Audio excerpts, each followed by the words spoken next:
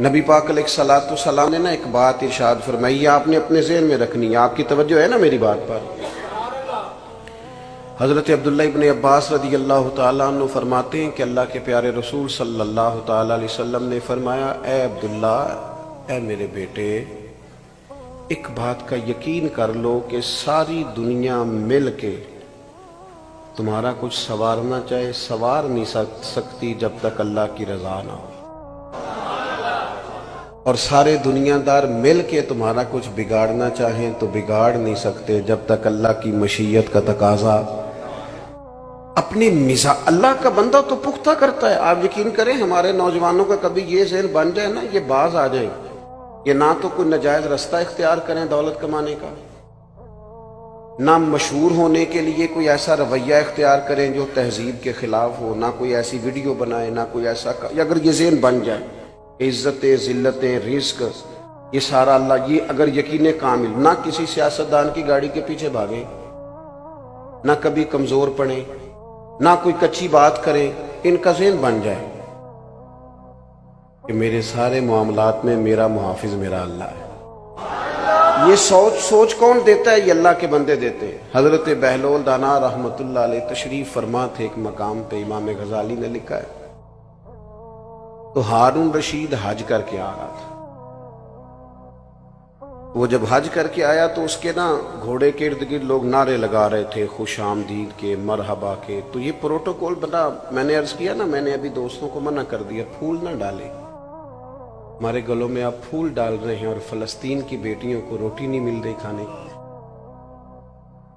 ہم مسلمان تو ایک جسم کی طرح ہوتا ہے نا، اور ہمارا حال یہ ہے کہ ایک بیان دینے کے بعد وہ قلبی کیفیت ہماری نظر نہیں آتی، وہ دکھ کے رشتے۔ ایک دوست مجھے ویڈیوز بھیج رہے تھے، میں نے انہیں منع کر دیا، میں کہ یار تو پتہ نہیں کہ میں تک لینا ہے، تے دیکھیے نہیں جانی۔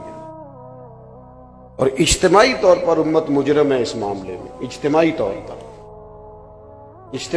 دو بیان دینے سے کیا ہوتا ہے؟ کوئی عملاً آپ اپنی قسم پرسی کا عالم دیکھیں، کہاں ہیں انسانی حقوق کی تنظیمیں اور کہاں ہیں وہ لوگ جو کہتے ہیں اقوام متحدہ مسئلہ حل کرائے گا؟ مسئلے ان لوگوں کے حل کرائے جاتے ہیں جن میں کوئی دم خم ہوتا ہے، وہ یہ لوگ مسئلے حل کرائیں گے جو اتنی بھی، وہ کہہ رہے ہیں باقی ساری باتیں تو ایک طرف رہی، ہم امداد نہیں پہنچنے دیں گے، دوائیاں نہیں جانے دیں گے۔ اتنی بھی کوئی مظلوم ہوتی ہے قوم، اتنی بھی، اقبال نے کہا تھا، ہے جرم ضعیفی کی سزا مرگ مفاجات، یہ تمہارے کمزور ہونے کی تمہیں سزا مل گئی، یہ تمہیں ملے گی، اس لیے کہ جب مطمع نظر روٹی روزی پیسہ ہو جائے نا، مذہبی اسٹیجوں پر بھی جب تقریریں بکے، نعتیں بکے، تلاوتیں بکے، اور جب ہر چیز مطمع نظر صرف پیسہ ہو جائے، تو پھر میرے بھائی کیسے طاقتیں ایمان کی پیدا ہوں؟ اللہ کا بندہ ایمان دیتا ہے، طاقت دیتا ہے، اس کے پاس بیٹھنے سے انسان کا ایمان جلا پاتا ہے۔ طاقت دینے کا معنی یہ کہ جلا پاتا ہے، تازہ ہوتا ہے۔ حضرت بہلول دانا بیٹھے تھے، بادشاہ سلامت کے نعرے لگ رہے ہیں اور بڑا استقبال ہو رہا ہے۔ ہارون رشید بھی بڑا راضی تھا، ظاہر ہے نعرے لگے تو پھر نفس کو تو بڑا اچھا لگتا ہے نا، بندہ پھر وہ ایسے ایسے کر کے لوگ ہاتھ ہلاتے ہیں، مزہ ہی بڑا آتا ہے۔ وہ تو لطف لے رہا تھا، اور یہ لطف صرف وزیر نہیں لیتے، پیر بھی لیتے دیکھے ہیں میں نے، اللہ ماشاءاللہ، یہ چلتا ہے سلسلہ بہت ساری جگہوں پہ۔ وہ ہارون رشید جب یہ مزے لے رہا تھا نا، تو حضرت بہلول دانا ایک ٹیلے پہ بیٹھے تھے اور اس کی یہ حالت دیکھ کے ہنس رہے تھے، مسکرا رہے تھے۔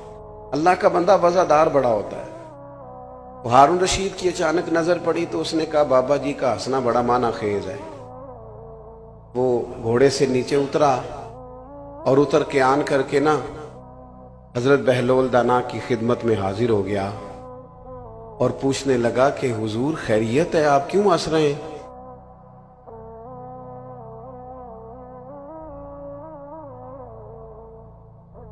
تو ہارون رشید آ کے اب کیا ہوا جی؟ اللہ آپ کو برکت دے، آپ توجہ کر رہے ہیں میری بات پر، اللہ تعالیٰ آپ کو سلامت رکھے۔ ہارون رشید اتر کے حضرت بہلول دانا کی خدمت میں آ گئے، تو آ کر کے پوچھنے لگے، حضور آپ کا ہنسنا بڑا معنی خیز ہے، یہ سمجھ نہیں آیا آپ کیوں اتنا مسکرا رہے ہیں؟ تو حضرت بہلول دانا فرمانے لگے وہ جو تیرے نعرے لگ رہے ہیں اور لوگ استقبال کر رہے ہیں نا، اس پر میں ہنس رہا ہوں۔ کہا جناب وہ کیوں؟ فرمانے لگے کہ یہ جو سارے لوگ تیرے نعرے لگا رہے ہیں نا، میں نے اپنی آنکھوں سے دیکھا ہے یہ تجھ سے پہلے کسی اور کے بھی نعرے لگاتے تھے، اور یہ تیرے بعد بھی لوگوں کے نعرے لگائیں گے۔ یہ تو بدلتے رہتے ہیں، ان کا تو مزاج تبدیل ہوتا رہتا ہے، تو لگائیں گے نعرے۔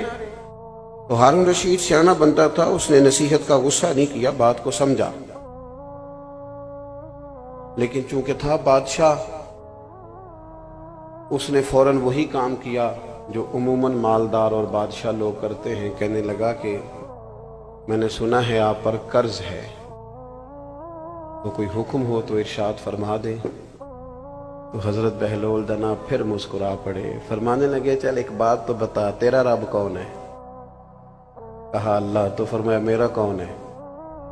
کہا اللہ۔ تو فرمایا یار یہ تو نہیں نہ ہو سکتا کہ اللہ ہارون رشید کو دیتا جائے اور بہلول دانا کو بھول ہی جائے، یہ تو نہیں نا معاذ اللہ ہو سکتا۔ تو جو رب تجھے عطا کرے گا وہ مجھے بھی دے گا انشاءاللہ، لہٰذا مجھے تیرے سامنے ہاتھ پھیلانے کی کوئی ضرورت، گردن کو جھکا دیتا ہے خیرات کا پتھر، جہاں میں مانگنے والوں کے سر کبھی اونچے نہیں ہوتے۔ وہ ایک شاعر ایک جگہ پہ بیٹھا تھا نا، تو شاعر ناراض نہ ہو جائیں تو بعض اوقات شاعروں کی حالت بھی بڑی پتلی ہو جاتی ہے، چادر لپیٹے رکھتے ہیں کئی کئی دنوں تک بعض لوگ، اس کی حالت تھوڑی سی زیادہ ہی ایسی محسوس ہوئی، تو ایک شخص گزرا تو وہ چند روپے پھینک گیا کہ شاید کوئی ضرورت مند بیٹھا ہے۔ بندہ بڑا عمدہ تھا، اس نے کہا اٹھا اپنے پیسے لے جا۔ تو کہا جناب آپ یہ کیا کر رہے ہیں، آپ کو ضرورت ہے، غریب ہے، رکھ لیں۔ تو اس نے کہا اگر ضرورت پڑے گی تو اللہ رسول سے مانگوں گا۔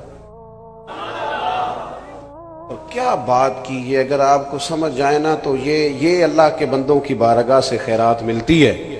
اس نے کہا یہ آرزوئے کرم اور میں آپ سے کروں، یہ آرزوئے کرم اور میں آپ سے کروں، یہ آرزوئے کرم اور میں آپ سے کروں، یہ بھیک اس کو دیجئے جس کا خدا نہ ہو۔ میں کوئی لاوارہ سورہ پر رسول کا ہوں، مجھے عطا کریں گے۔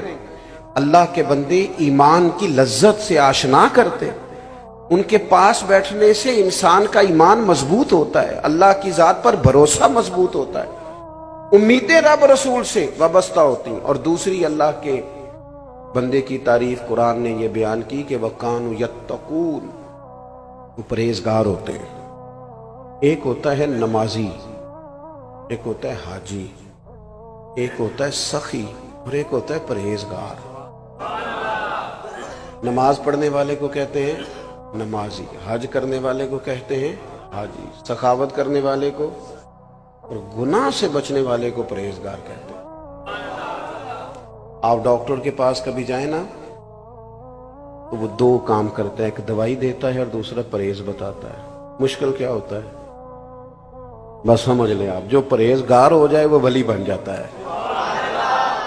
دوائی کھانا اتنا مشکل نہیں ہوتا جتنا یہ جو پرہیزگار ہوتے ہیں نا، کوشش کرتے ہیں، ویسے تو معصوم انبیاء اور فرشتے ہیں لیکن اللہ کے بندے کوشش کرتے ہیں، تقوی اختیار کرتے ہیں، گناہ سے بچتے ہیں۔ تقوی کسے کہتے ہیں؟ حضرت عمر فاروق رضی اللہ تعالیٰ عنہ نے سیدنا ابی بن کعب رضی اللہ تعالیٰ عنہ سے کہا کہ بتائیے یہ جو قرآن و سنت میں بار بار تقوی کا ذکر ہے تو تقوی کیا ہوتا ہے؟ تو حضرت ابی بن کعب کہنے لگے امیر المومنین آپ بہت بہتر جانتے ہیں پر میرے ذمہ لگایا تو میں بتائے دیتا ہوں۔ فرمانے لگے کہ اگر تنگ رستہ ہو اور دونوں جانب جھاڑیاں ہوں اور انسان نے کھلا لباس پہنا ہو، اگر وہ اس رستے سے گزرنا چاہے گا تو کیسے گزرے گا؟ حضرت عمر فرمانے لگے سادی سی بات ہے، دونوں جانب ذرا جھاڑیوں کا خیال رکھے، کپڑے ذرا سمیٹ لے اور تھوڑا احتیاط سے گزر جائے۔ حضرت ابی بن کعب کہنے لگے بس یہی مجھے بھی سمجھ آئی ہے، دنیا میں دونوں جانب گناہوں کی جھاڑیاں ہیں، جو ذرا اپنے آپ کو سمیٹ کے گزر جائے اسے متقی اور پرہیزگار کہا جاتا ہے۔ اپنی زندگی میں تقوی اختیار کریں، بولنے میں بھی احتیاط کریں، سوچنے میں بھی احتیاط کریں، بلا وجہ کسی کے بارے میں بدگمان نہ ہو، کبھی غلط رائے نہ دیں، اپنی کھانے کے معاملے میں، رزق کے معاملے میں بہت زیادہ محتاط ہو۔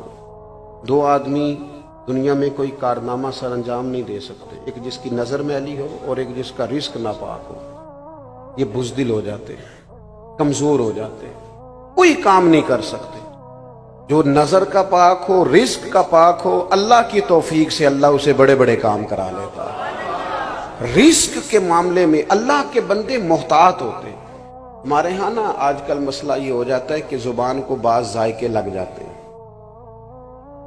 اور ان ذائقوں کی بنیاد پر لوگ پھر تمیز نہیں کرتے بہت ساری چیزوں کی، کیونکہ اخراجات بڑھ جاتے ہیں۔ ہمارے ہاں ایسا نہیں کہ لوگوں کی آمدن کم ہوتی ہے، آمدن تو بہت زیادہ ہوتی ہے، لیکن اس حساب سے خرچے بھی زیادہ ہوتے ہیں۔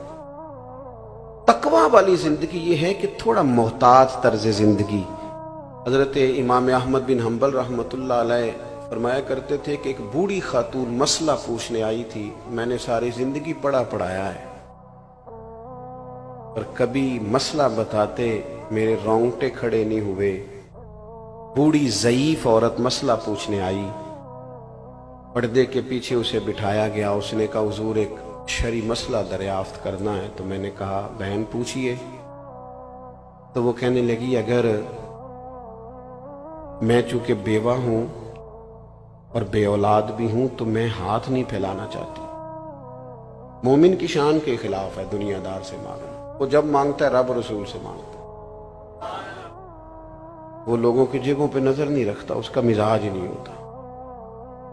وہ کہنے لگی میں محنت کر کے کما کے کھاتی ہوں، تو میں چرخہ چلاتی ہوں، اس سے میں سود بناتی ہوں۔ کئی دفعہ یوں ہوتا ہے کہ دن میں بہت زیادہ کام نہیں ہو پاتا، شام ہو جاتی ہے، تو میں چاہتی ہوں کچھ رات کو بھی کام کر لوں، سمجھے اوور ٹائم بھی لگ جائے، تو میں چھت پہ چرخہ رکھ لیتی ہوں، 14ویں رات کا چاند چمکتا ہے تو روشنی ہوتی ہے تو کام ہو جاتا ہے۔ کہنے لگی حضور دریافت طلب امر یہ تھا، مسئلہ یہ پوچھنا تھا کہ اب کچھ دنوں سے یہ ہو رہا ہے کہ بادشاہ کا لشکر گزرتا ہے، بڑی بڑی لالٹینیں ہوتی ہیں، ان کی روشنی بھی میرے چرخے پہ پڑتی ہے، پوچھنا تھا اس روشنی میں جو میں سود بناؤں گی وہ کمائی میرے لیے جائز ہے کہ ناجائز؟ امام احمد بن حنبل کہتے ہیں اس نے مسئلہ پوچھا تھا اور میرے آنسو نکل گئے، تڑپ گئے۔ میں نے کہا اماں آپ کون ہیں، کہاں سے آئی، تعارف کیا ہے؟ کہنے لگی آپ مسئلہ بتائیے۔ میں نے کہا نہیں بتائیں تو صحیح۔ کہنے لگی ایک دیوانہ سا درویش ہے، حضرت بشر رافی انہیں کہا جاتا ہے، بغداد کی گلیوں میں ننگے پیر چلتے، میں اس درویش کی ہمشیرہ ہوں۔ تو امام صاحب فرمانے لگے کوئی اور ہوتا تو میں شاید مسئلہ اور بتاتا، لیکن آپ کے گھر سے تو لوگ دین سیکھتے ہیں نا، آپ کی احتیاط اسی میں ہے کہ آپ 14ویں رات کے چاند کی روشنی میں ہی چرخہ کاتا کریں۔ یہ اللہ کے بندے متقی ہوتے ہیں، پرہیزگار ہوتے ہیں، ان کے پاس بیٹھنے سے انسان کا دل اللہ کی جانب، اور صحیح حدیث میں موجود ہے بخاری مسلم میں، نبی پاک علیہ السلام نے فرمایا اللہ کا ولی وہ ہے جسے دیکھنے سے رب یاد آئے۔ ایسا نہ ہو کہ اس کی گاڑی دیکھ کے بندہ پریشان ہو جائے اور گھر دیکھ کے کہے ہو کہاں سے آیا ہے، وہ اسے ملنے سے، اس کی صحبت میں بیٹھنے سے اللہ یاد آئے۔ تو میں نے دو باتیں آپ کے سامنے رکھی، ایک تو ایمان کی پختگی، اولیاء اللہ کی علامت، دوسرا تقوی کا نور۔ بس کسی جگہ بھی جائیں ان دو چیزوں کو معیار بنائیں، یہی معیار ہے اللہ کے ولی۔ باقی یہ کہ کوئی آدمی کسی بات کو حیرت انگیز انداز میں کرتا ہے، کھینچتا ہے اور بلا وجہ کچھ چیزوں کی تشریحات غلط کرتا ہے تو وہ درست نہیں ہے۔ دین بڑا سادہ سا ہے، حضور نے کھول کر بیان فرمایا، اس میں کسی ابہام کی کوئی ضرورت نہیں ہے۔ اور میری آخری گزارش آپ سے یہ ہے، فلسطین والوں کے لیے بہت درد دل سے دعا کریں، تبصرہ کر کے چپ نہ کر جایا کرے وہ بڑا کچھ ہو رہا ہے جی یہ کہہ کے خاموش نہ ہو جائے۔ حضور نے فرمایا مومن ایک جسم کی طرح ہوتے ہیں، امت کا درد محسوس کرے۔ ہم نہ بری طرح ذاتیات کے جنگل میں پھنس گئے۔ اللہ تعالیٰ امت مسلمہ کے حکمرانوں کو ہدایت کا نور عطا فرمائے اور انہیں سمجھ عطا فرمائے اور شعور کی بلندی عطا فرمائے۔ کفر کو دیکھیں کیسے اکٹھا ہوتا ہے، کیسے بیان دیتا ہے، اور مسلمان احساس کمزوری کا شکار رہتے ہیں، حالانکہ رب کہتا ہے تم کھڑے تو ہو جاؤ، رب تمہاری مدد کرے گا۔ ان الذین قالوا ربنا اللہ ثم استقاموا تتنزل علیہم الملائکہ، جو رب کا نام لے کے ڈٹ جائے اس کی مدد کے لیے تو اللہ فرشتوں کا نزول فرما دیتا ہے۔